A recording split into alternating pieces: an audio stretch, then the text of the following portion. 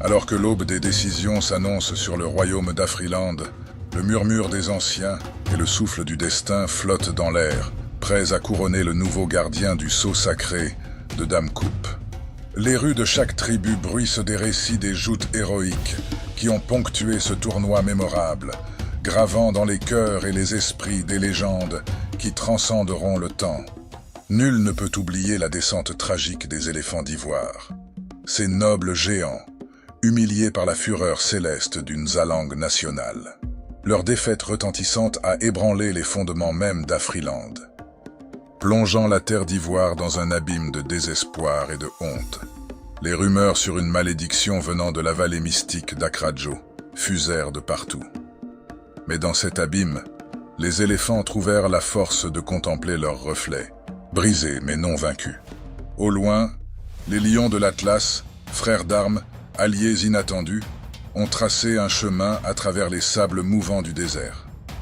Ils ont cherché les mambas de Mozambique afin d'enserrer les étoiles des Black Stars dans un étau de venin, affaiblissant les gardiens du ciel pour que les lions puissent frayer un chemin vers la rédemption des éléphants. Leur rencontre avec les Chipolopolo, ces inébranlables gardiens des mines de cuivre, fut une épreuve de feu et de volonté.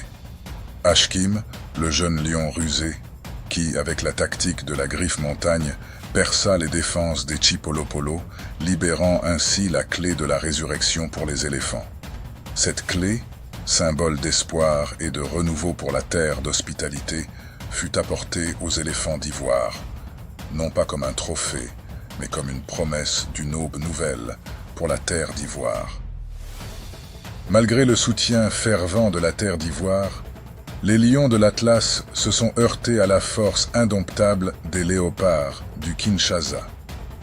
Ces guerriers des ombres, animés par une volonté de fer et un désir ardent de rendre honneur à leurs frères, les Diables Rouges, restés surveiller le fleuve Congo et les frontières meurtries par la guerre, ont défié les lions, les poussant vers le crépuscule de leur quête.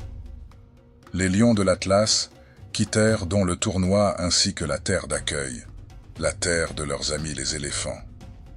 Dans cet adieu émouvant, une promesse a été faite. Les éléphants seraient accueillis avec honneur et gloire lors de la prochaine édition du tournoi, dans les montagnes de l'Atlas, les terres des lions, témoignant de l'amitié éternelle scellée sur la terre d'ivoire. Les éléphants, revigorés par cet acte de fraternité, se sont levés, plus puissants que jamais, leur marche faisant trembler la terre d'espérance. Leur affrontement avec les lions de la Teranga, écho d'une rivalité ancestrale, fut une bataille de titans. L'éléphant a bâri, le lion a rugi. Les éléphants d'ivoire remportèrent la victoire avec brio et manière. Après ce triomphe, l'espoir devint désormais plus grand dans toute la terre d'espérance. L'éléphant a trébuché, mais n'est pas tombé. Découragement n'est pas éléphant. Le coup du marteau retentit plus que jamais. À présent, à chaque triomphe, le coup du marteau du grand forgeron Tams résonnera comme un hymne à la chute de l'adversité. Et puis vint le temps de la confrontation avec les aigles du Maliba, maîtres des vents du désert mandingue. Contre toute attente, alors que tout le Maliba s'apprêtait à célébrer un succès plus qu'imminent face aux éléphants, ce sont les plus jeunes parmi les éléphants d'ivoire, Simo et Diakoum, qui, avec une audace défiante les cieux, ont changé le cours du vent, précipitant la chute des aigles. La désolation du Maliba contrastait avec les célébrations dans la tribu des éléphants. Finalement, les éléphants ont croisé la route des léopards du Kinshasa. Portés par la force de leur héritage et de leur union retrouvée, les éléphants ont triomphé sans faillir.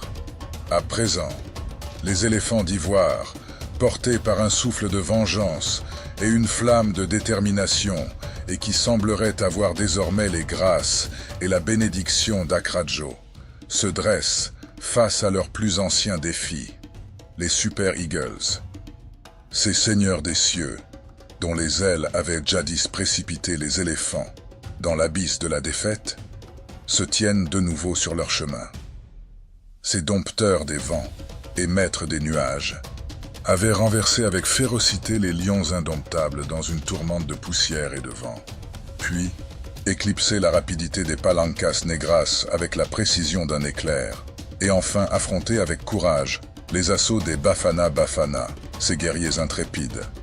Tout Afriland retient son souffle, prêt à immortaliser l'épopée du nouveau gardien de Dame Coupe, futur garant d'une paix ancestrale. Les scribes et conteurs à l'œuvre pour capturer et raconter chaque moment de cette édition, dite la meilleure de tous les temps. Du parcours résilient des éléphants d'ivoire à l'ascension discrète mais puissante des aigles, chaque récit promet d'entrer dans la légende, enrichissant le tapestry d'Afriland de nouvelles histoires de courage, d'unité et de triomphe.